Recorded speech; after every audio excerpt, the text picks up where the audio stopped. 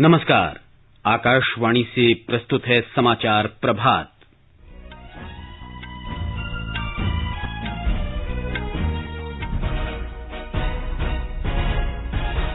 भारतीय रेल अगले 10 दिन में और 2600 श्रमिक स्पेशल रेलगाड़ियां चलाएगी। 36 लाख फंसे कामगारों को राहत मिलेगी। केंद्र सरकार ने कहा, पूर्णबंदी लागू होने के बाद से 75 लाख प्रवासी श्रमिक रेलगाड़ियों और बसों से गृह राज्य लौटे। प्रधानमंत्री नरेंद्र मोदी ने मॉरिशस के प्रधानमंत्री और श्रीलंका के राष्ट्रपति के साथ कोविड-19 की स्थिति पर बातचीत की। देश में कोरोना संक्रमण से स्वस्थ होने की दर बढ़कर 41.39% हुई और चेन्नई को छोड़कर पूरे तमिलनाडु में ब्यूटी पार्लर और सैलून आज फिर खुलेंगे।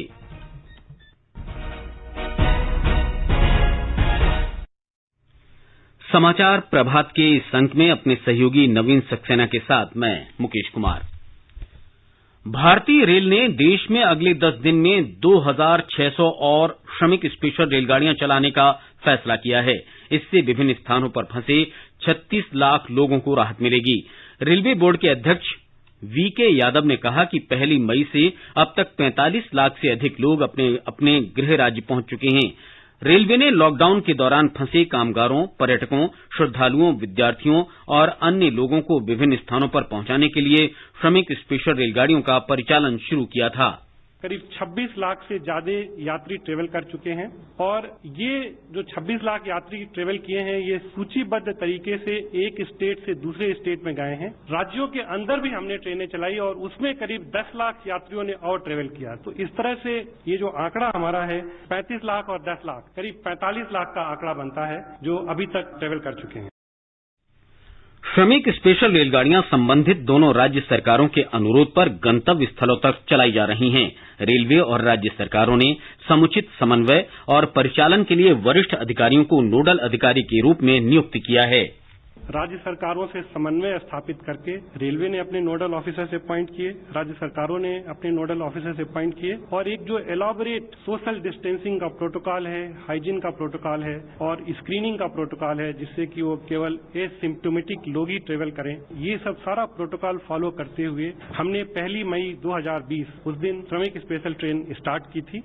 भारतीय रेल ने ये भी इंतजाम किया कि किसी भी स्टेशन से अगर जरूरत पड़ेगी तो हम वो ट्रेन चलाने का हमने इंतजाम किया और माननीय प्रधानमंत्री जी के निर्देश पे सारे जो जिला अधिकारी थे उनको इंस्ट्रक्शंस दिए गए कि जहां भी उनको जरूरत पड़ती है, जो भी रिक्वायरमेंट आती है, वो अगर वो रेलवे को बताएं तो रेलवे जहां भी हमारा रेलवे स्टेशन है वहां से ट्रेन चलाने के लिए तैयार है। श्रमिक स्पेशल रेलगाड़ियों के अलावा रेल मंत्रालय ने इस महीने की 12 तारीख से 15 जोड़ी विशेष ट्रेनों का परिचालन भी शुरू किया है और अगले महीने की 1 तारीख से 200 रेल सेवाएं शुरू करने की घोषणा की है। इस वर्ष 1 अप्रैल से 22 मई के बीच रेलवे ने 97 लाख टन से अधिक खाद्यान्न एक स्थान से दूसरे स्थान पर पहुंचाया है और राष्ट्रव्यापी पूर्णबंदी के दौरान आवश्यक वस्तुओं की उपलब्धता सुनिश्चित की है। रेलवे बोर्ड के अध्यक्ष ने कहा कि 3255 पार्सल रेलगाड़ियों से चिकित्सा सामग्री और उपकरण, खाद्यान्न, दूध और दुग्ध उत्पाद जैसे वस्तुओं की आपूर्ति की गई। श्री यादव ने कहा कि रेलवे ने पूर्णबंदी के दौरान जरूरतमंद लोगों को 47 लाख से अधिक भोजन पैकेट निःशुल्क उपलब्ध कराए हैं। श्री यादव ने बताया कि रेलवे ने वर्कशॉप में 1,40,000 लीटर सैनिटाइजर और 1,20,000 व्यक्तिगत सुरक्षा उपकरण बनाए हैं। केंद्र ने कहा है कि 25 मार्च को लॉकडाउन लागू होने के बाद रेलगाड़ियों और बसों के जरिए 75 लाख प्रवासी मजदूर अपने घर लौटे हैं। इनमें से 35 लाख श्रमिक विशेष रेलगाड़ियों से जबकि 40 लाख मजदूर बसों से अपने घर पहुंचे हैं। गृह मंत्रालय की अधिकारी ने बताया कि नवीनतम आंकड़ों के अनुसार देश में 4 करोड़ प्रवासी मजदूर हैं। मंत्रालय ने देश भर में प्रवासी मजदूरों के मुद्दों पर नजर रखने के लिए 24 घंटे काम करने वाला नियंत्रण कक्ष स्थापित किया है। केंद्र सरकार, राज्य और केंद्र शासित प्रदेशों ने प्रवासी मजदूरों की आवाजाही को सुविधाजनक बनाने के लिए कई कदम उठाए हैं। गृह मंत्रालय ने 29 अप्रैल को बसों के माध्यम से अंतर्राज्यीय आवाजाही को अपनी मंजूरी दी थी। इसके अलावा देश भर में विभिन्न जगहों पर फंसे हुए मजदूरों, तीर्थयात्रियों, पर्यटकों, विद्यार्थियों के अलावा अन्य लोगों को उनके गृह राज्य पहुँचाने के लिए 1 मई से श्रमिक विशेष रेलगाड़ियाँ चलाई जा रही हैं। पिछले 23 दिनों में रेलवे ने 2600 रेलगाड़ियों के माध्यम से 36 लाख प्रवासी मजदूरों को उनके गृह राज्य पहुंचाए। इनमें से लगभग 80% रेलगाड़ियां उत्तर प्रदेश और बिहार भेजी गयी। श्रमिक विशेष रेलगाड़ियों के अलावा रेल मंत्रालय इस महीने की 12 तारीख से 15 जोड़ी विशेष एसी रेलगाड़ियां चला रही है। इसके अलावा यात्रियों की सुविधा के लिए अगले महीने की 1 तारीख से 200 मेल एक्सप्रेस रेलगाड़ियां चलेंगी। दीपेंद्र कुमार, आकाशवाणी समाचार। प्रधानमंत्री नरेंद्र मोदी ने कल श्रीलंका के राष्ट्रपति गोतबाया राजपक्ष से टेलीफोन पर बातचीत की। प्रधानमंत्री ने एक ट्वीट में कहा कि राष्ट्रपति राजपक्ष के नेतृत्व में श्रीलंका कोविड-19 का सफलतापूर्वक मुकाबला कर रहा है और भारत अपने पड़ोसी देश को इस महामारी और इसके आर्थिक असर से निपटने में सहायता जारी रखेगा। दोनों नेताओं ने भारतीय निजी क्षेत्र के सहयोग से श्रीलंका में निवेश बढ़ाने की संभावना पर विचार विमर्श किया। प्रधानमंत्री ने श्रीलंका के लोगों के आरोग्य और स्वास्थ्य की शुभकामनाएं दी। प्रधानमंत्री नरेंद्र मोदी ने कल मॉरिशस के प्रधानमंत्री प्रविंद जुगनाथ के साथ टेलीफोन पर बातचीत की। उन्होंने मॉरिशस में कोविड-19 के सफल नियंत्रण के लिए श्री जुगनाथ को बधाई दी। श्री मोदी ने ट्वीट पर कहा कि भारत और मॉरिशस की जनता के बीच साझा संस्कृति और मूल्यों पर आधारित प्रगाढ़ और विशेष संबंध हैं। उन्होंने कहा कि संकट की इस घड़ी में भारतीय जनता मॉरिशस के लोगों के साथ है। श्री जुगनाथ ने कोविड-19 महामारी से लड़ाई में ऑपरेशन सागर के रूप में मॉरिशस की सहायता के लिए 14 सदस्यों के चिकित्सा दल और दवाओं के साथ आईएनएस केसरी भेजने पर श्री मोदी को धन्यवाद दिया। भारत से आवश्यक दवाओं की दूसरी खेप लेकर आईएनएस केसरी कल मॉरिशस की राजधानी पोर्ट लुई पहुंचा। मॉरिशस सरकार की ओर से स्वास्थ्य मंत्री कैलाश जगतपाल ने इसे स्वीकार किया। आईएनएस केसरी के साथ एक भारतीय चिकित्सा दल भी गया है जो मॉरिशस के स्वास्थ्य अधिकारियों के साथ मिलकर कार्य करेंगे। मॉरिशस ने भारत से दवाएं और चिकित्सा दल भेजने का अनुरोध किया था। लगभग 10 टन आयुर्वेदिक औषधियां भी भेजी गई हैं। पश्चिम बंगाल के कोलकाता में उम्पुन चक्रवात के बाद सामान्य स्थिति बहाल करने के कार्य में सेना भी शामिल हो गई है। राज्य सरकार के आग्रह के बाद आवश्यक सेवाओं और बुनियादी ढांचा बहाल करने में कोलकाता नगर प्रशासन की सहायता के लिए सेना की 5 टुकड़ी तैनात की गई हैं। इस बीच राज्य के तूफानग्रस्त क्षेत्रों में राहत कार्य में मदद के लिए राष्ट्रीय आपदा मोचन बल की 10 अतिरिक्त टीम पश्चिम बंगाल पहुंच रही हैं। अभी राज्य के 6 जिलों में एनडीआरएफ की 26 टीम तैनात हैं। राज्य सरकार ने राहत दलों और उपकरणों को पहुंचाने के लिए रेलवे, बंदरगाह और निजी क्षेत्र से भी सहायता का अनुरोध किया है। एक रिपोर्ट। पश्चिम बंगाल में भीषण चक्रवात ओम्पुन के बाद पिछले 4 दिन से कोलकाता सहित राज्य के विभिन्न स्थानों में जलापूर्ति और दूरसंचार सेवाएं अब तक बहाल नहीं हो सकी हैं। राज्य के विभिन्न भागों में परेशान लोगों ने विरोध प्रदर्शन किया और सड़क बाधित की। कोलकाता में पेड़ उखड़ने और बिजली के खंभे गिरने से भी यातायात बाधित है। सेना के जवान टॉलीगंज, बालीगंज, राजारहाट और डायमंड हार्बर में सड़क से मलबा हटा रहे हैं। राष्ट्रीय आपदा मोचन बल सहित अन्य राहत टीमें भी चक्रवात प्रभावित क्षेत्रों में आवश्यक सेवाओं की बहाली में लगी हैं। कोरोना महामारी पर नियंत्रण के लिए लागू पूर्णबंदी से सामान्य सेवा बहाली में विलंब हो रहा है। मुख्यमंत्री ममता बनर्जी ने लोगों से धैर्य रखने की अपील की है। पश्चिम बंगाल में चक्रवात ओम्पुन से 86 लोगों की जान गई है और 73 लाख से अधिक लोगों पर असर पड़ा है। कोलकाता से अरिजीत चक्रवर्ती की रिपोर्ट के साथ समाचार कक्ष से मैं आशा निवेदी। तमिलनाडु सरकार ने आज से चेन्नई और रोकथाम वाले क्षेत्रों को छोड़कर राज्य भर में सैलून और ब्यूटी पार्लर फिर खोलने की अनुमति दे दी है। इससे पहले पूर्णबंदी के चौथे चरण में राहत देते हुए ग्रामीण क्षेत्रों में पुरुषों के लिए सैलून खोलने की अनुमति दी गई थी। सैलून और ब्यूटी पार्लर सुबह 7 बजे से शाम 7 बजे तक खुले रहेंगे, लेकिन इसमें एयर कंडीशनर चलाने की अनुमति नहीं होगी। राज्य सरकार ने कहा है कि सैलून और ब्यूटी पार्लरों को ये सुनिश्चित करना होगा कि सभी लोग मास्क पहनें और सुरक्षित दूरी का पालन करें। इसके साथ कम से कम 5 बार परिसर को सैनिटाइज भी किया जाए।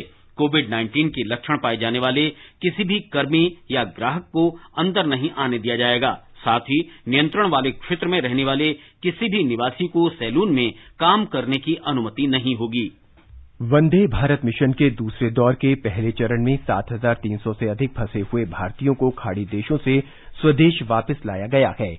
आकाशवाणी समाचार के साथ बातचीत में दुबई में भारत के वाणिज्य दूत श्री विपुल ने बताया कि पिछले सप्ताह 14 उड़ानों से दुबई से लगभग 2,500 भारतीयों को स्वदेश भेजा गया है।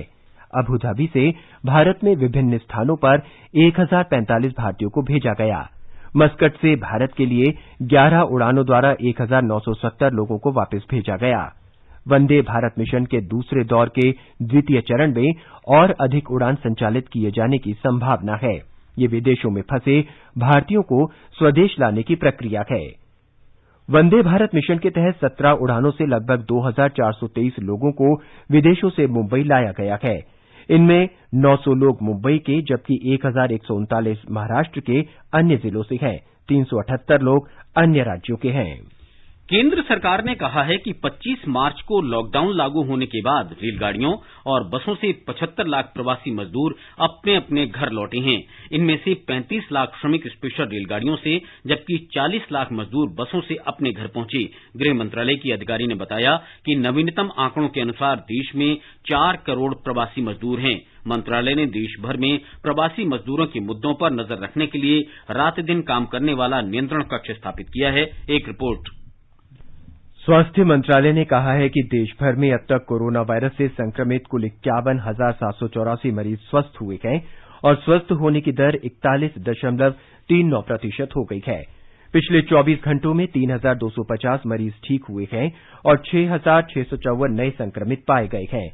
देश भर में संक्रमित मरीजों की संख्या 1,25,101 हो गई है। स्वास्थ्य मंत्रालय ने कहा है कि देश भर में पिछले 24 घंटे में 137 मरीजों की मौत हुई। अब तक इस महामारी से मरने वालों की संख्या 3,720 हो गई है।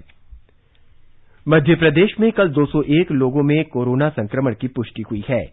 राज्य में कुल रोगियों की संख्या 6,371 हो गई है। प्रदेश में कोविड-19 से मरने वालों की संख्या 281 हो गई है। इंदौर में सर्वाधिक 111 मरीजों की मौत हुई। अब तक 3,267 लोग उपचार के बाद स्वस्थ हो चुके हैं, जो कि राज्य में कोरोना के कुल मरीजों की करीब आधी संख्या है। एक रिपोर्ट। मध्य प्रदेश में सबसे ज्यादा 2,933 मामले इंदौर जिले में सामने आए हैं। इंदौर के अलावा भोपाल में 1,191, उज्जैन में 531, बुरहानपुर में 213, खंडवा में 216 और जबलपुर में 199 मामले दर्ज किए गए हैं। इस बीच मध्य प्रदेश में सरकार कल 25 मई से ग्रीन जोन के बीच बस सेवा शुरू करने पर विचार कर रही है। राज्य के गृह मंत्री नरोत्तम मिश्रा ने बताया कि एक ग्रीन जोन से दूसरे ग्रीन जोन में जाने वाले निजी वाहनों के लिए भी अब किसी तरह के पास की जरूरत नहीं होगी। आधिकारिक जानकारी के अनुसार ग्रीन जोन से रेड जोन या रेड से ग्रीन जोन में जाने आने के लिए अभी भी पास आवश्यक होगा। संजीव शर्मा, आकाशवाणी समाचार, भोपाल। आगे बढ़ने से पहले एक नजर फिर से मुख्य समाचारों पर। भारतीय रेलवे अगले 10 दिन में और 2,600 श्रमिक स्पेशल रेलगाड़ियां चलाएगा। 36 लाख फंसे कामगारों को राहत मिलेगी। केंद्र सरकार ने कहा, पूर्णबंदी लागू होने के बाद से 75 लाख प्रवासी श्रमिक रेलगाड़ियों और बसों से गृह राज्य लौटे। प्रधानमंत्री नरेंद्र मोदी ने मॉरिशस के प्रधानमंत्री और श्रीलंका के राष्ट्रपति के साथ कोविड-19 की स्थिति पर बातचीत की। देश में कोरोना संक्रमण से स्वस्थ होने की दर बढ़कर 41.39% हुई और चेन्नई को छोड़कर पूरे तमिलनाडु में ब्यूटी पार्लर और सैलून आज से फिर खुलेंगे। उत्तर प्रदेश के मुख्यमंत्री योगी आदित्यनाथ ने राज्य में वापस आ रहे प्रत्येक प्रवासी मजदूर को सुरक्षित रूप से उसके गृह जिले में पहुंचाने का निर्देश दिया है। मुख्यमंत्री ने कहा कि सभी प्रवासी मजदूरों को राज्य की सीमा में प्रवेश करते ही जल्द से जल्द भोजन और पेयजल उपलब्ध कराया जाना चाहिए। पीने के पानी के लिए टैंकरों की व्यवस्था और प्रत्येक जरूरतमंद को भोजन और अनाज उपलब्ध कराने का भी निर्देश दिया गया। श्री योगी ने कल लखनऊ में एक बैठक में कोविड-19 की स्थिति की समीक्षा की। हमारे संवाददाता ने बताया है कि राज्य सरकार अन्य राज्यों में फंसे प्रवासी मजदूरों को वापस ला रही है। इसके लिए विशेष रेलगाड़ियां चलाई जा रही हैं। अब तक 13,50,000 से अधिक प्रवासी मजदूरों को 1,018 ट्रेनों द्वारा लाया गया है। अपर मुख्य सचिव गृह अवनीश अवस्थी ने बताया कि सरकार ने 1,269 ट्रेनों द्वारा लगभग 18 लाख श्रमिकों को वापस लाने की योजना बनाई है। इस बीच मुख्यमंत्री योगी आदित्यनाथ ने प्रवासी कामगारों से पैदल या असुरक्षित यातायात के साधनों पर यात्रा नहीं करने की फिर से अपील की है। सरकार राज्य में लॉकडाउन का सख्ती से पालन करा रही है और अब तक 5,298 लोगों का सार्वजनिक स्थानों पर मास्क का उपयोग नहीं करने पर चालान किया गया है और उन पर 5 लाख रुपए का जुर्माना लगाया गया है। 2 पहिया वाहनों पर एक से अधिक सवारी चलने पर 18,000 से अधिक लोगों पर 15 लाख से ज्यादा का जुर्माना आरोपित किया गया है। MS यादव, आकाशवाणी समाचार, लखनऊ। बिहार सरकार ने दिल्ली, मुंबई, सूरत, कोलकाता और गुरुग्राम जैसे 11 अधिक जोखिम वाले शहरों से लौट रहे प्रवासी मजदूरों को ही ब्लॉक स्तर के क्वारंटीन केंद्रों पर रखने का फैसला किया है। अन्य शहरों से वापस आ रहे लोगों के बारे में संबंधित जिला मजिस्ट्रेट फैसला करेंगे कि उन्हें घर में क्वारंटीन किया जाए या अस्पताल में। मुख्य सचिव दीपक कुमार ने बताया कि बड़ी संख्या में वापस लौट रहे लोगों के मद्देनजर ये प्रावधान किया गया है।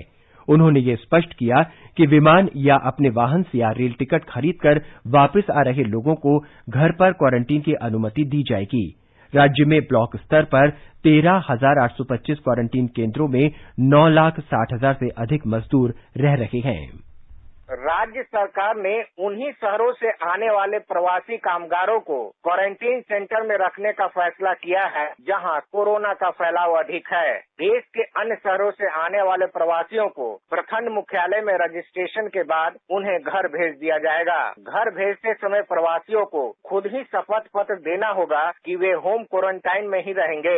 ऐसे लोगों पर संबंधित मुखिया, सरपंच, आंगनबाड़ी सेविका और आशा कार्यकर्ता को नजर रखने का निर्देश दिया गया है। इस बीच राज्य में अब कोरोना संक्रमित मरीजों की पहली रिपोर्ट निगेटिव आने के बाद ही उन्हें अस्पताल से छुट्टी दे दी जाएगी। पहले 2 से 3 रिपोर्ट निगेटिव आने के बाद अस्पताल से जाने का प्रावधान था। आकाशवाणी समाचार के लिए पटना से कृष्ण कुमार लाल।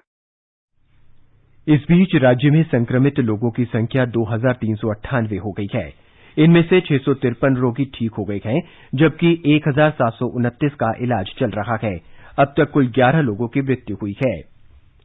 रायपुर का अखिल भारतीय आयुर्विज्ञान संस्थान अब कोविड-19 के उपचार को लेकर राष्ट्रीय स्तर पर चल रहे परीक्षण में शामिल होगा। परीक्षण ये पता लगाने के लिए किया जा रहा है कि कोविड-19 के उपचार में प्लाज्मा थेरेपी कितनी प्रभावी है। एक report. Indian council of medical research ICMR के निर्देशन में देश भर के चिकित्सा संस्थानों में इन दिनों कोविड-19 के रोगियों पर प्लाज्मा थेरेपी का क्लिनिकल ट्रायल किया जा रहा है। अब इस अभियान का हिस्सा अखिल भारतीय आयुर्विज्ञान संस्थान एम्स रायपुर भी बन गया है। एम्स रायपुर के डायरेक्टर नितिन M नागरकर ने बताया कि अब तक कोविड-19 का कोई भी उपचार उपलब्ध नहीं है। प्रारंभिक शोध में प्लाज्मा थेरेपी को अधिक उपयुक्त माना जा रहा है। ऐसे में यह परखने के लिए कि कोरोना संक्रमित मरीजों के उपचार के लिए यह कितना सुरक्षित है, इसका क्लिनिकल ट्रायल किया जा रहा है। रिसर्च प्रोटोकॉल के अनुसार इस ट्रायल में उन रोगियों को शामिल किया जाएगा जो 18 वर्ष से अधिक आयु के हैं और उनके रक्त से संबंधित डोनर प्लाज्मा उपलब्ध है। देश भर के मेडिकल संस्थानों से डेटा प्राप्त होने के बाद ICMR क्लिनिकल ट्रायल के परिणामों और प्रभावों का विश्लेषण करेगा और यदि यह सुरक्षित पाया गया तो फिर कोरोना संक्रमित मरीजों के उपचार में बड़े पैमाने पर इसका प्रयोग किया जाएगा। विकल्प शुक्ला, आकाशवाणी समाचार, रायपुर।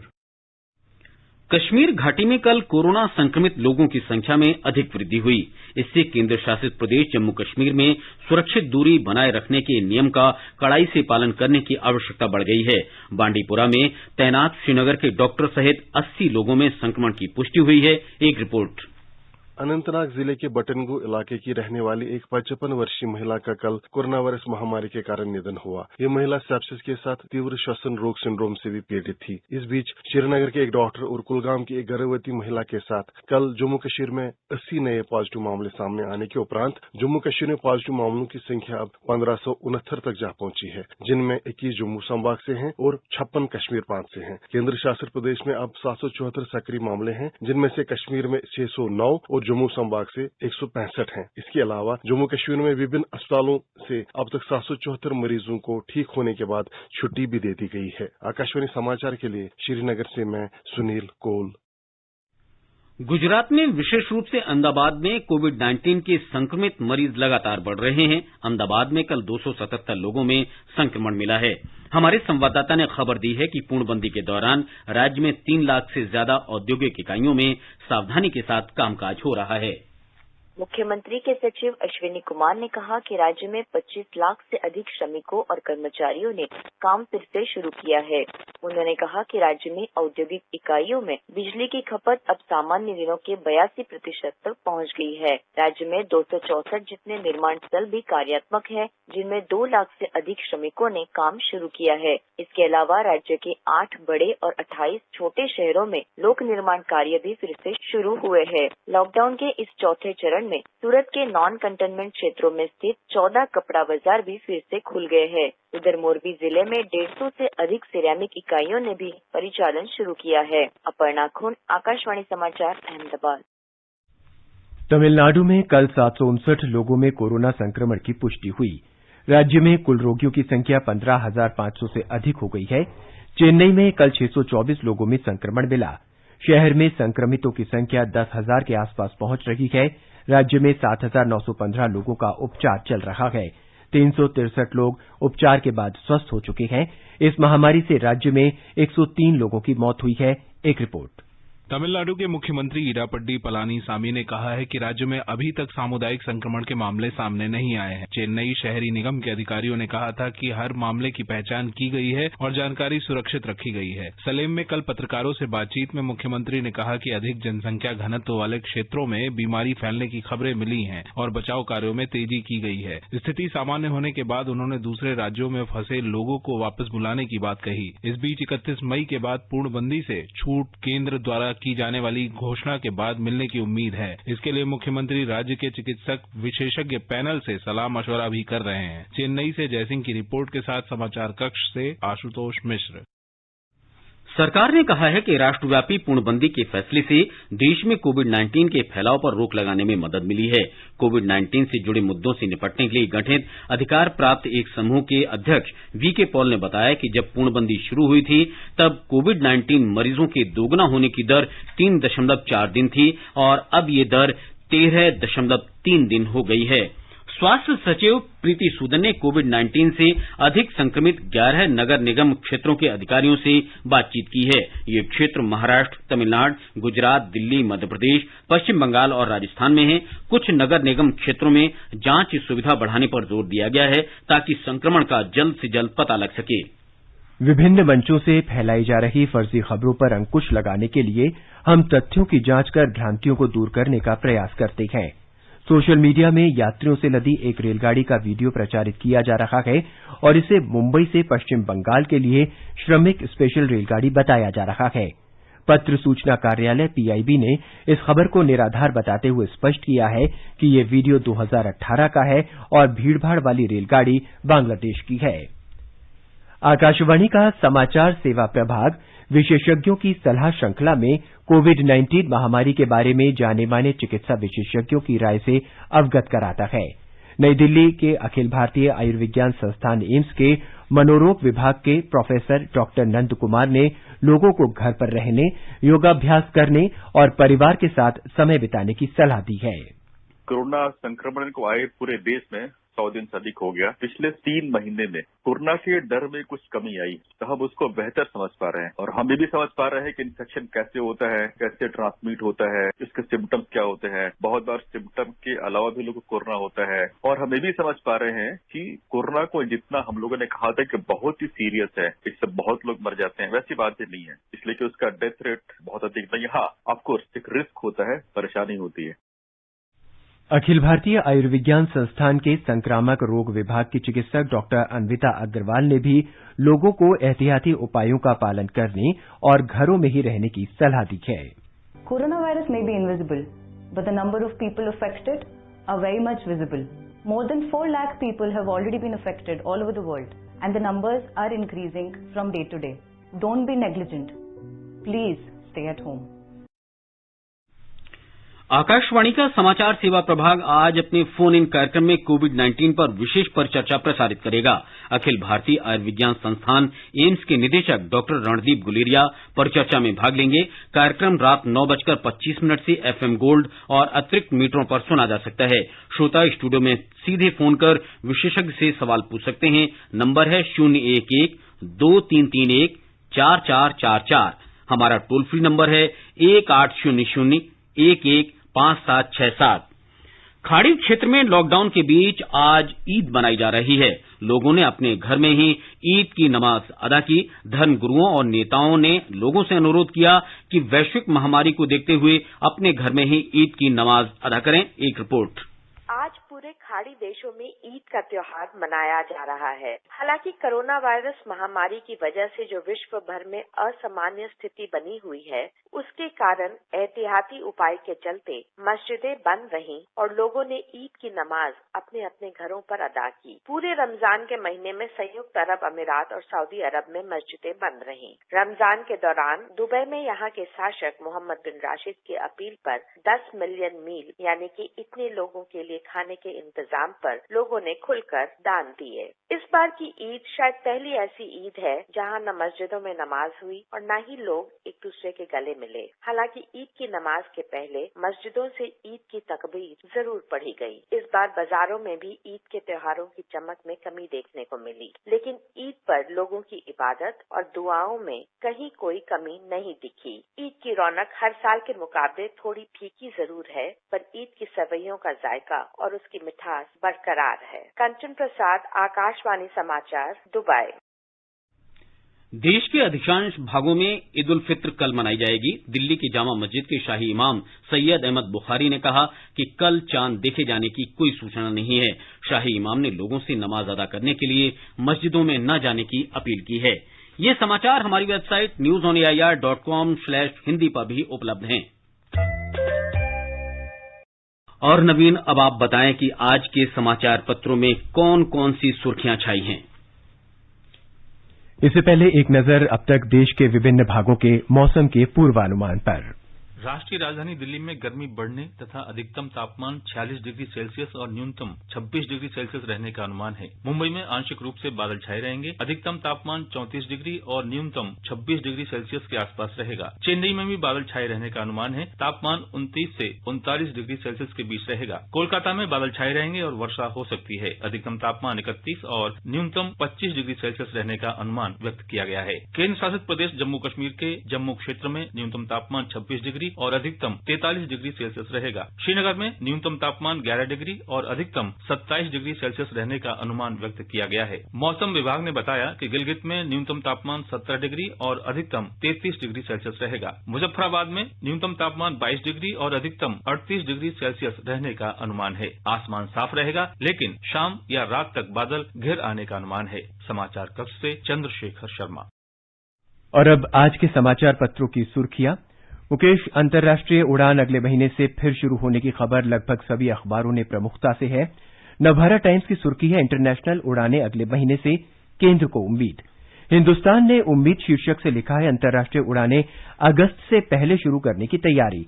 दैनिक जागरण लिखता है, रेल हवाई यात्रा पर राज्यों ने फंसाया पेंच। दैनिक भास्कर की खबर है, महाराष्ट्र तमिलनाडु उड़ान को राजी नहीं। नवभारत टाइम्स लिखता है, अब तक 41% कोरोना मरीज ठीक हो चुके हैं देश में।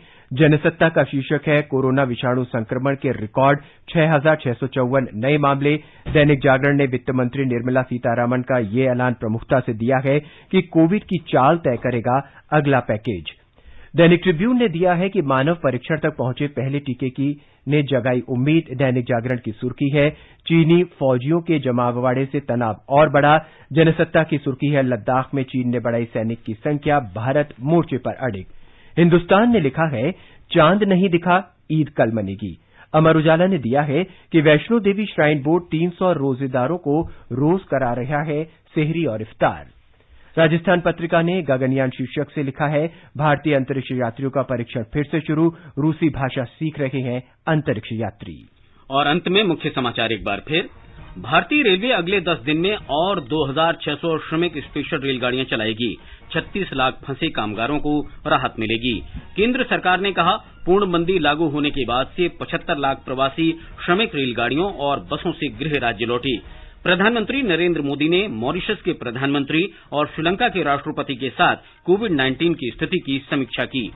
देश में कोरोना संक्रमण से स्वस्थ होने की दर बढ़कर 41.39% हुई और चेन्नई को छोड़कर पूरे तमिलनाडु में ब्यूटी पार्लर और सैलून आज फिर से खुलेंगे। इसके साथ ही समाचार प्रभात का ये अंक समाप्त हुआ। नमस्कार।